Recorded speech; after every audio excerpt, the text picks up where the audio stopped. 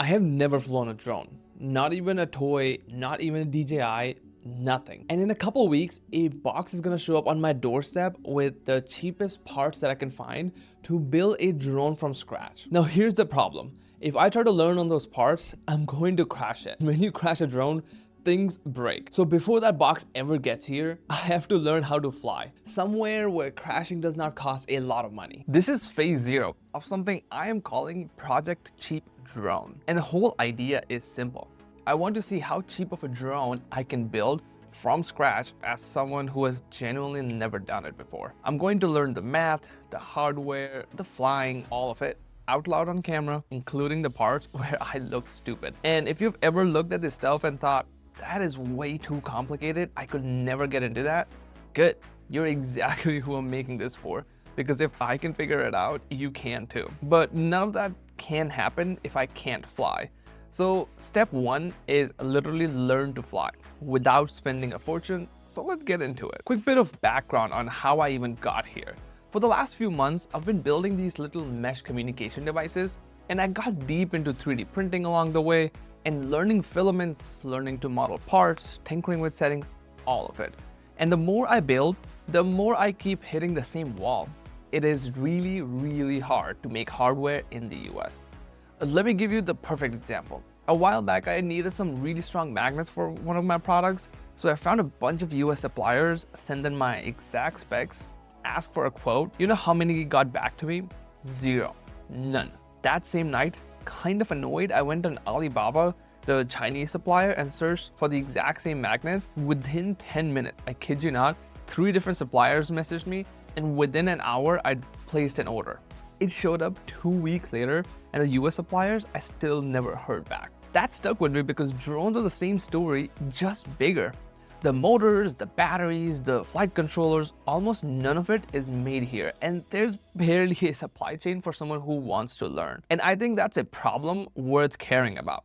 There's this whole movement happening right now where people are moving out of just software and back into building real physical things. So Project Cheap Drone is partly me learning and partly me documenting every single supply chain pothole I hit along the way. In case someone with way more resources than me sees it and goes and fixes it, that would be absolutely fantastic. Here's the actual goal so we both know what winning looks like. Phase 1 is a small drone, about 3 inches that I built myself, and it has to weigh under 250 grams, so I don't even have to register it. It has to fly 3 to 5 minutes, and anything I can possibly 3D print, I will print instead of buying. The guts I have to buy because you can't print a motor, but the body, the frame, the mounts, that's all me and my printer. And everything I make, I'm open sourcing, from the files, the mistakes, and all of it. But all of this is phase 1. None of it matters if I crash on takeoff every single time, which honestly, I probably will at first, so let's fix that. To practice in a simulator the right way, I needed an actual drone controller.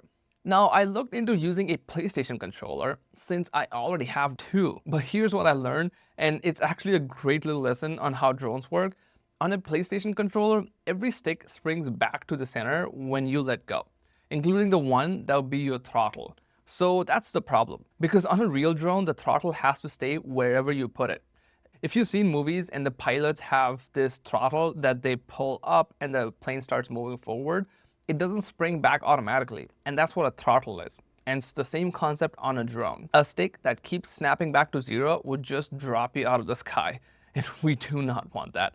A real radio throttle doesn't just recenter, it stays put, and that's one difference is why I spent $80. So this is the RadioMaster Pocket, and I want to be clear, I've seen DJI remotes that cost $400, and we are not doing that. It's gonna be no camera, no fancy anything.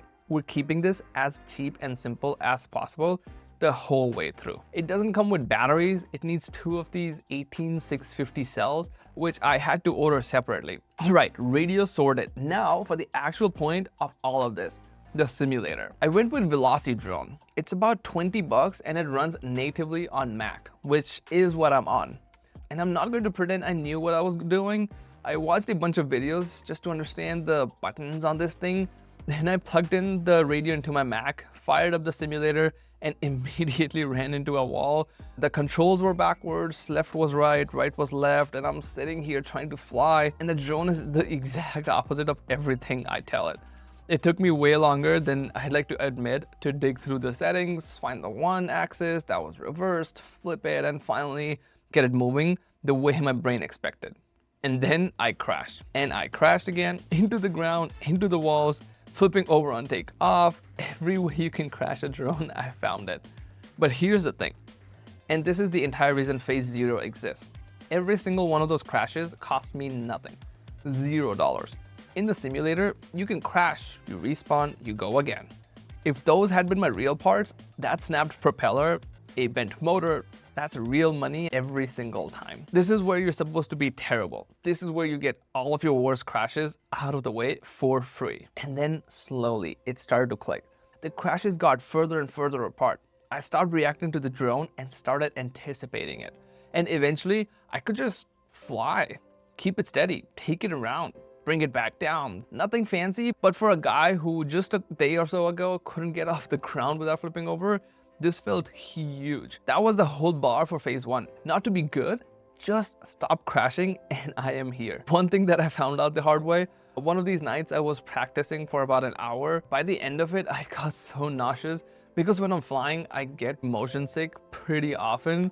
And now that I was flying in this simulator, it made me very nauseous and motion sick. So if that's you, definitely remember that that may happen. Remember the box I told you about in the start? The cheap parts that I was so scared to crash? Well, here it is. It is still sealed. I never touched a single one of them because I did all of my crashing in the simulator where it cost nothing. And that's the entire point of Phase 0, being able to crash without costing any money. So in the next video, this box gets opened. We start building the actual drone, the cheapest flying machine that I can put together with a frame that I designed from scratch that just flies, and we'll find out if all of the simulator practice actually turns out to benefit me or do I still crash a lot. And honestly, I think it still will crash a bunch, but that's the fun part of this. Everything I build from now on is gonna be open source and all the logs are gonna be on my website. So if you're looking for a very specific model that you like that I designed, you will find a link to that in the video descriptions and all of the follow-up videos. And subscribe if you want to see a guy build a drone from scratch who has never flown a drone,